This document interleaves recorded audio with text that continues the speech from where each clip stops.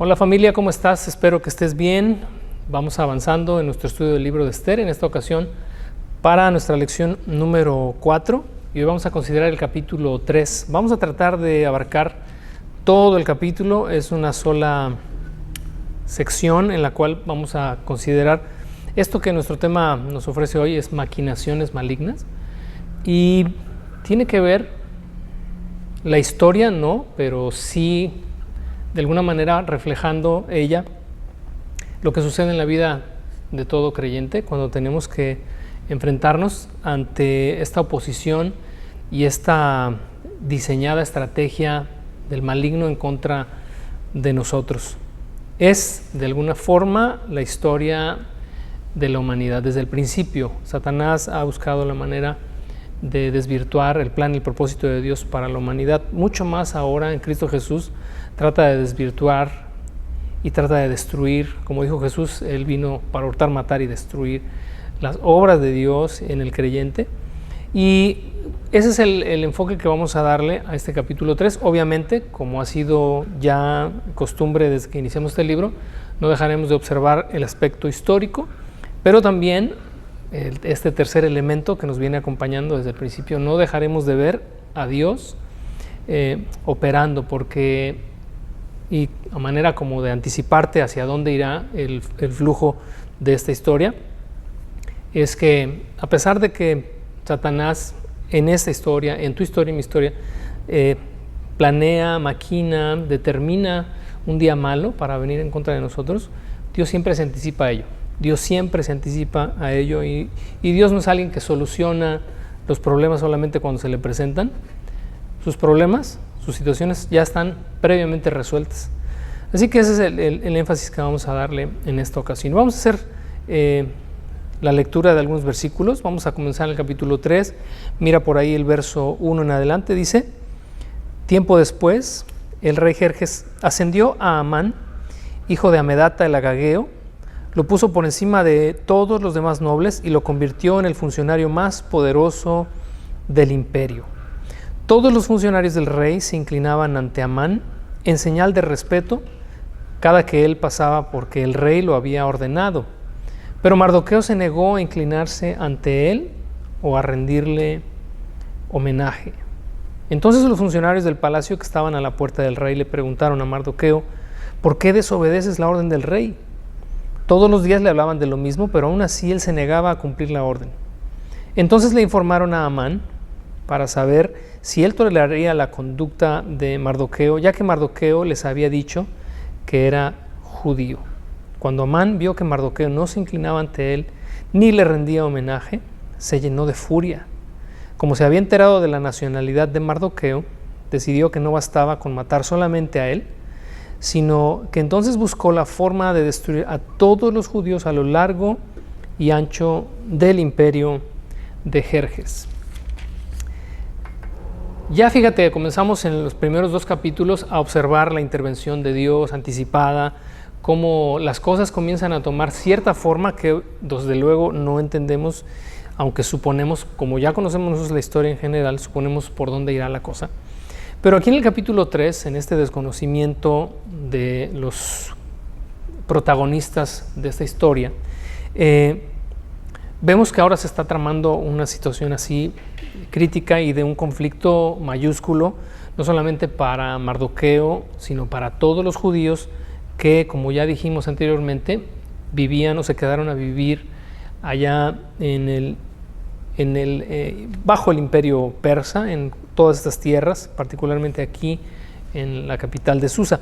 Pero fíjate que hay algo interesante en todo esto. Número 1, que el rey Asuero nombra a este Amán como el segundo después de él. Lo hemos visto en otras historias, como fue en el caso de José, ¿no? Cuando el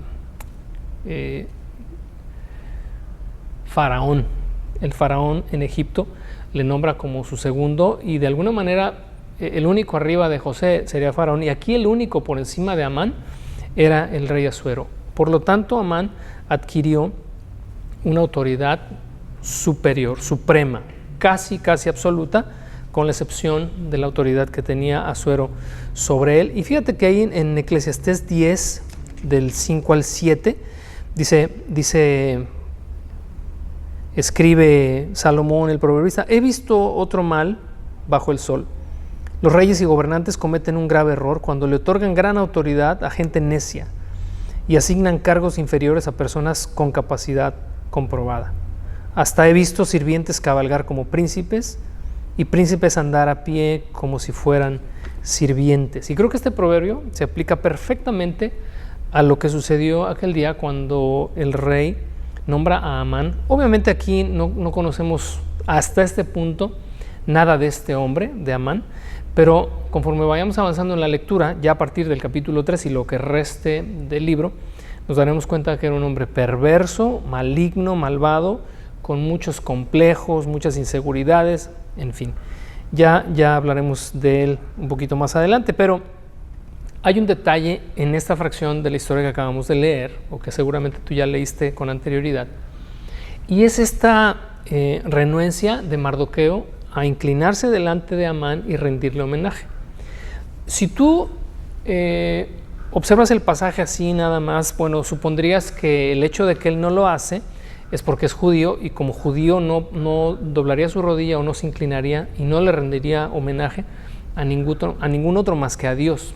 Sin embargo, no es ese el contexto por una razón, porque Mardoqueo, acuérdate, lo vimos en el capítulo 2, había sido nombrado por el rey como un oficial del palacio. Por lo tanto, cada vez que el rey pasaba o cada vez que Mardoqueo tenía delante de sí al rey Asuero, Mardoqueo hacía, igual que todos, estas reverencias oficiales que se debían a personajes de tan alto rango. Pero aquí en el capítulo 3, cuando dice que Mardoqueo se negó rotundamente a rendir homenaje a este Amán, es, número uno, porque en el pasaje al principio nos dice que Amán era hijo de un agageo. Y entonces aquí hay una conexión remota con la historia, cientos de años atrás, y a la que quiero que me acompañes para que podamos entender el contexto de la situación que se está derivando aquí. Vamos rápidamente a Éxodo, por favor, en el capítulo 17, allá en el verso 8. Voy a dar una lectura de largo y nos vamos a ir prácticamente de corrido hasta el verso 16. Y nos estamos yendo en el tiempo atrás, cuando Moisés está llevando al pueblo de Israel a través del Éxodo. Dice: mientras el pueblo de Israel aún se encontraba en Refidim, los guerreros de Amalec lo atacaron. Así que Moisés le ordenó a Josué: escoge a algunos hombres para salir a pelear contra el ejército de Amalec. Mañana yo estaré en la cima de la colina sosteniendo la vara de Dios en mi mano. Josué hizo lo que Moisés le ordenó y peleó contra el ejército de Amalec. Entre tanto, Moisés, Aarón y Hur subieron a la cima de una colina cercana. Mientras Moisés sostenía en alto la vara en su mano, los israelitas vencían, pero cuando él bajaba la mano, dominaban los amalecitas. Pronto se le cansaron tanto los brazos que ya no podía sostenerlos en alto. Así que Aarón y Hur le pusieron una piedra a Moisés para que se sentara. Luego se pararon a cada lado de Moisés y le sostuvieron las manos en alto. Así sus manos se sostuvieron firmes hasta la puesta del sol. Como resultado, Josué aplastó al ejército de Amalec en la batalla. Después de la victoria, el Señor dio a Moisés las siguientes instrucciones. Y fíjate, toma nota de esto. Escribe esto en un rollo para que sea un recuerdo perpetuo y léelo en voz alta a Josué. Yo borraré por completo la memoria de Amalec de debajo del cielo. Entonces Moisés edificó un altar en ese lugar y lo llamó Yahvé Nisi, que significa el Señor es mi estandarte. Dijo: por cuanto han levantado su puño contra el trono del Señor. Ahora el Señor estará en guerra con Amalec de generación en generación. Y entonces fíjate, resulta que aquí en Éxodo 17, lo que acabamos de leer, Dios determina ya el exterminio de esta población que se había levantado en contra de Israel y por ende había atentado contra Dios mismo. Y luego en el capítulo 15 del primer libro de Samuel, no lo vamos a leer, te encargo que hagas la lectura en tu casa. Israel, el pueblo, comienza una nueva etapa de una monarquía a través del rey Saúl. Por primera vez el pueblo de Israel tiene un rey, como lo tienen las otras naciones, y el primer encargo que Dios le hace a Saúl es retomar esta deuda que los amalecitas tenían para con Dios, lo que acabamos de leer en Éxodo. Entonces le da a Saúl la instrucción de extinguir a los amalecitas, cosa que Saúl no hace, por lo que vas a leer ahí en el capítulo 15. Le cuesta a Saúl el trono y le cuesta el desprestigio delante de Dios y delante de la nación, y le cuesta finalmente también pues que Dios le rechace ya definidamente, o más bien indefinidamente. Pero entonces en ese capítulo 15 te vas a dar cuenta que el rey de los amalecitas era Agag. Y Agag es el término que define o que definía a los reyes amalecitas. Entonces, fíjate, si lees con calma lo que ahorita leí en Éxodo muy rápido y vas a 1 Samuel capítulo 15, vas a armar un cuadro muy interesante que aquí en el libro de Esther nos hace que cobre sentido ambas historias. Porque entonces, fíjate, Amán es puesto en este lugar de autoridad, pero Amán es agageo, es descendiente de este rey al cual Samuel mató allá en 1 Samuel capítulo 15. Así que la razón de fondo por la cual Mardoqueo se negó a rendir homenaje a este político de tan alto rango es por causa de su nacionalidad. Y entonces Agag, por eso la tomó tanto contra él y contra todo el pueblo de Israel. Porque también este agageo, Amán, conocía la historia detrás. Es decir, sabía que los israelitas estaban detrás del exterminio de su pueblo siglos atrás. Entonces se volvió una pugna entre dos poderes, entre Amán y Mardoqueo, entre lo que cada uno de ellos representaba en cuanto a Dios tomando venganza de ellos, y este Amán de alguna manera resentido contra Dios y resentido contra su pueblo. Por eso es que cuando Mardoqueo revela, o cuando le revelan la nacionalidad de Mardoqueo, Amán no lo piensa ni dos veces y dijo: es momento de tomar venganza de aquello que nos hicieron, allá 1 Samuel capítulo 15, y entonces es momento de exterminar a todos los judíos del imperio, ¿no? Ok, esto trayéndolo como al tema de lo práctico y de cómo aplica esto a nosotros, es de alguna manera la analogía entre la pugna que hay entre el reino de las tinieblas y el reino de Dios, y aquellos que moramos en el reino de Dios o que fuimos trasladados de las tinieblas a la luz, al reino de Dios. Es esta eterna pugna, ¿no? Ahorita en la introducción que tienes ahí en tu semilla en casa, para la lección 4 de esta enseñanza, tenemos precisamente eso, ¿no? Esta referencia que hace el apóstol Pablo, ¿no? En Efesios capítulo 6, verso 5, no tenemos lucha contra carne y sangre, son principados, potestades, huestes celestiales de maldad, es en las regiones celestes, que están en tu contra y en mi contra. ¿Por qué? Porque hay una historia detrás. Satanás y sus hordas están en contra de ti, en contra de mí, por la historia que hay detrás, por lo que Cristo hizo en favor de nosotros, por lo que Dios ha hecho históricamente a favor del ser humano. Y entonces estamos como en medio, ¿no? Por así decirlo, algo así como lo que pasa acá entre Mardoqueo y Amán. Así que te invito a que veas esta historia a partir de esta perspectiva.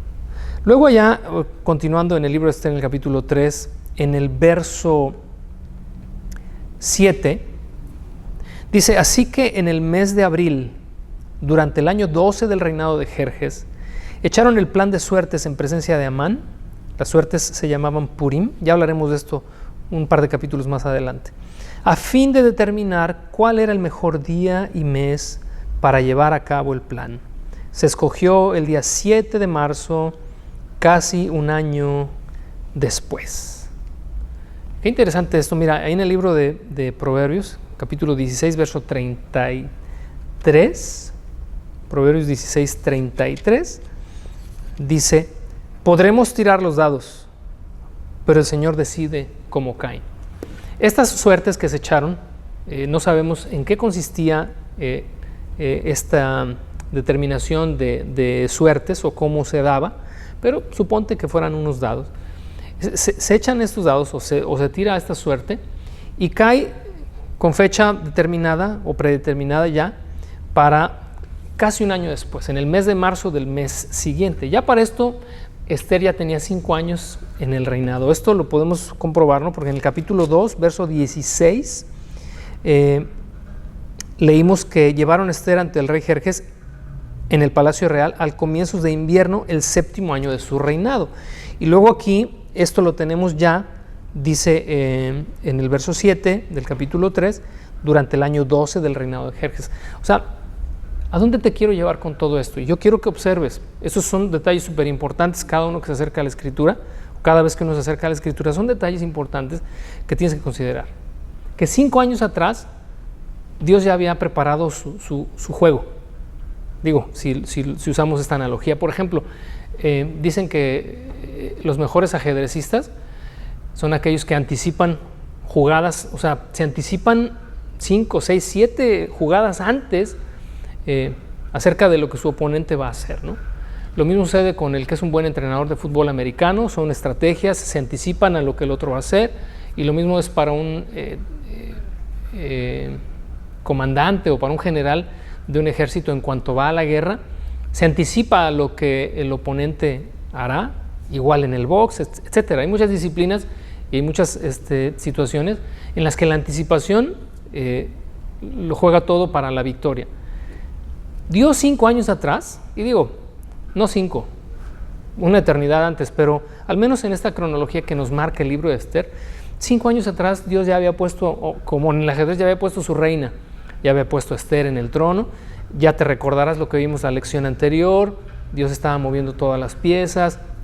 Mardoqueo al final del capítulo 2 es puesto como oficial del rey, y luego al ser puesto como oficial ahí en el palacio, descubre un complot que había contra el rey, lo informa al rey, esto le da como bonos, ¿no? Créditos que van a ser utilizados más adelante, ya hablaremos de ellos. Entonces, Dios en la historia se está anticipando al capítulo 3, al momento en el que Amán va a tomar el control, prácticamente el control de una situación que pone en riesgo la vida de todo un pueblo.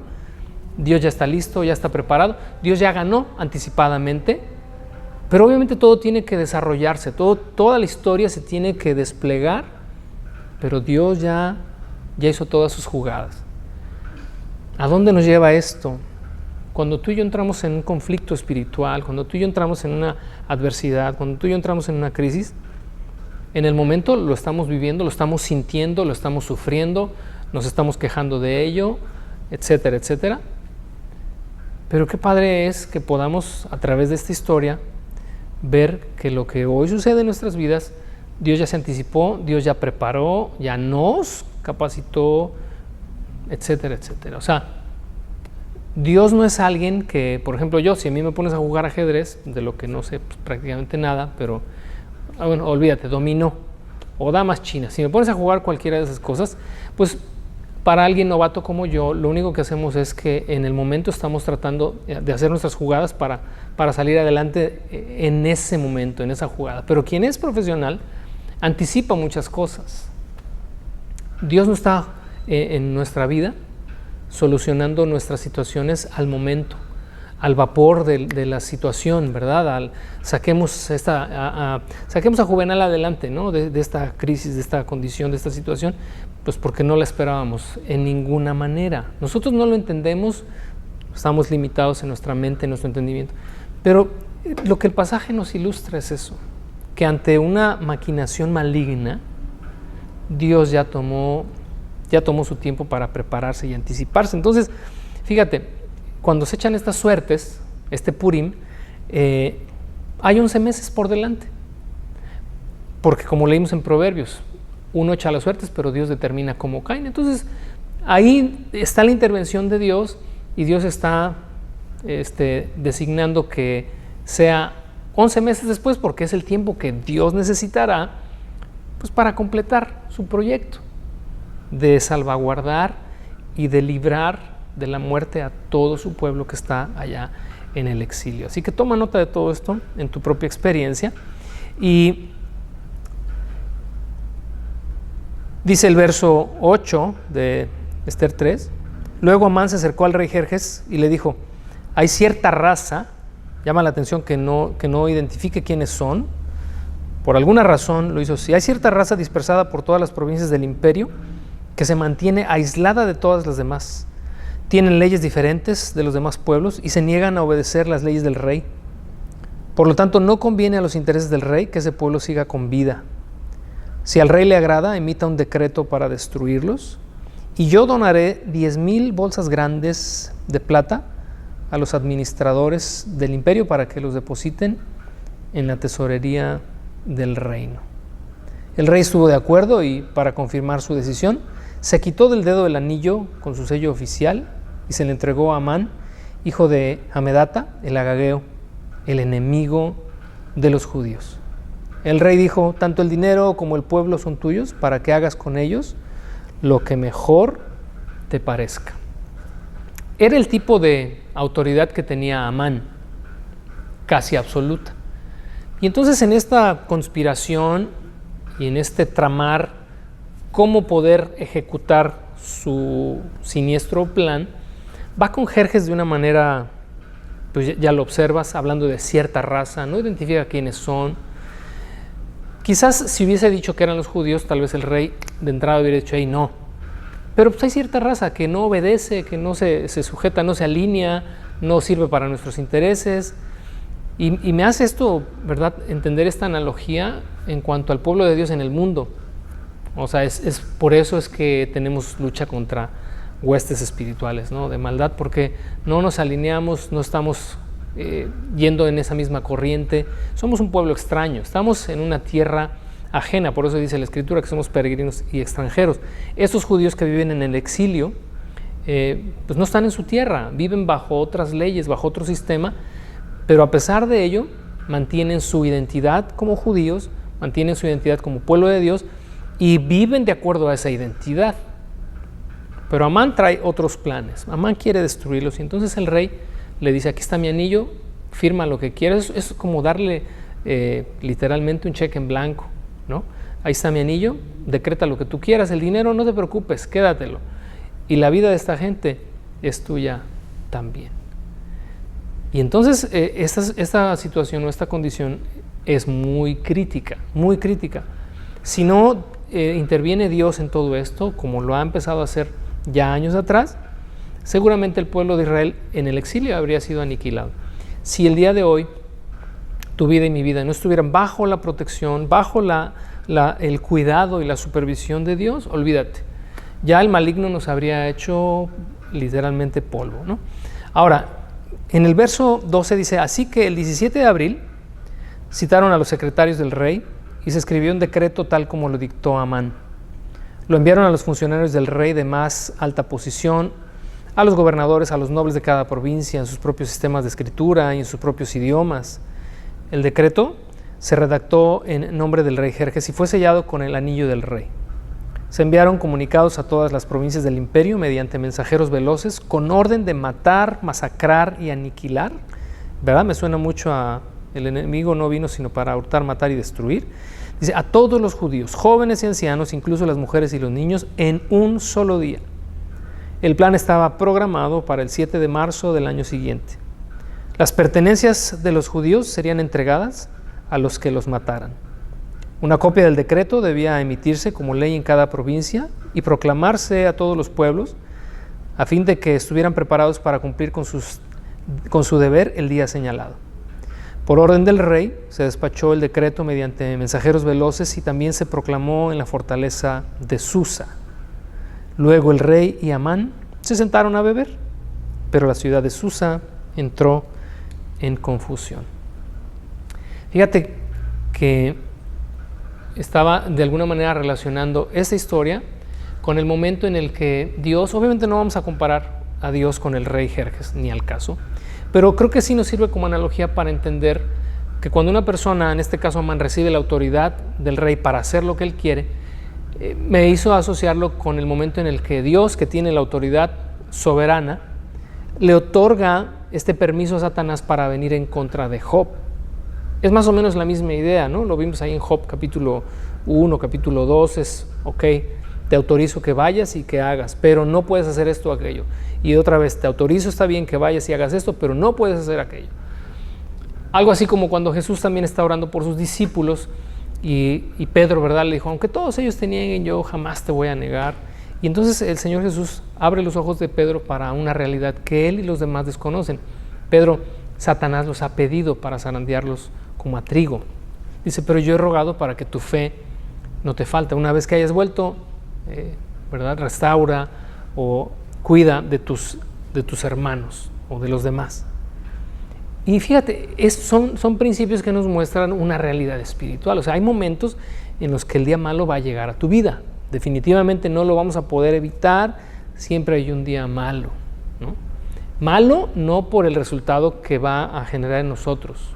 Romanos 8:28 que dice que todas las cosas nos llevan a bien. Malo por su origen, porque nace así como en Amán esta intención de destruir, nace también en nuestro adversario el diablo este deseo de destruirnos. Pero Dios jamás va a permitir que entremos en una situación de la cual no podamos salir.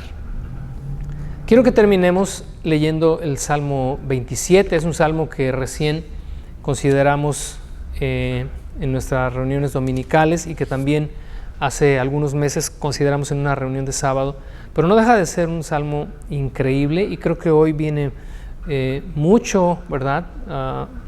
O tiene mucho que ver con lo que estamos considerando por lo siguiente, porque número uno, hay un día en el cual el adversario vendrá y tendrá cierta libertad o ciertas libertades para venir y atentar en contra de nosotros. Dice la Escritura, ¿verdad?, que para el día malo, Efesios capítulo 6, dice, debemos ponernos toda la armadura de Dios para resistir ese día y el objetivo es que estemos firmes después de que ese día malo haya pasado.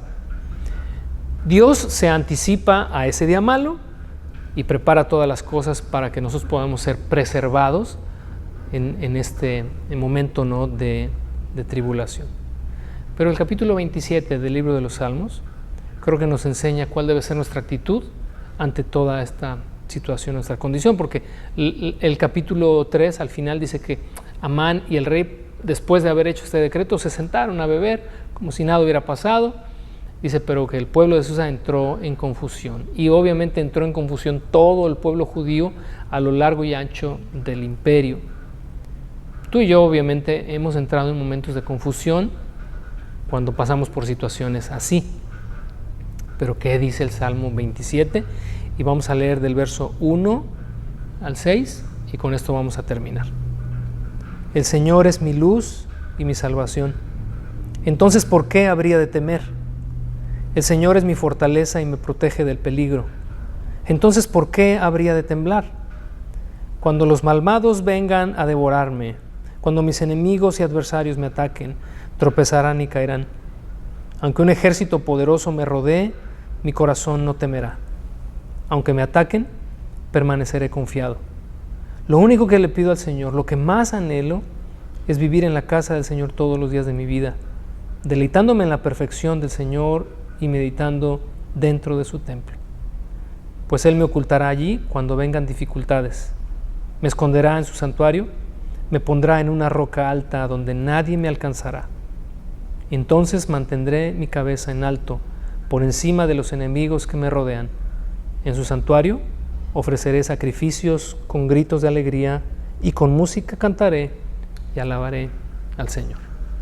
Medita y reflexiona en esta porción del Salmo 27 y que Dios te fortalezca, te anime y que también te prepare en tu espíritu y en tu alma para el día en el que el adversario venga en contra de ti, podamos mantenernos firmes y sigamos adelante. Dios te bendiga, te mando un abrazo.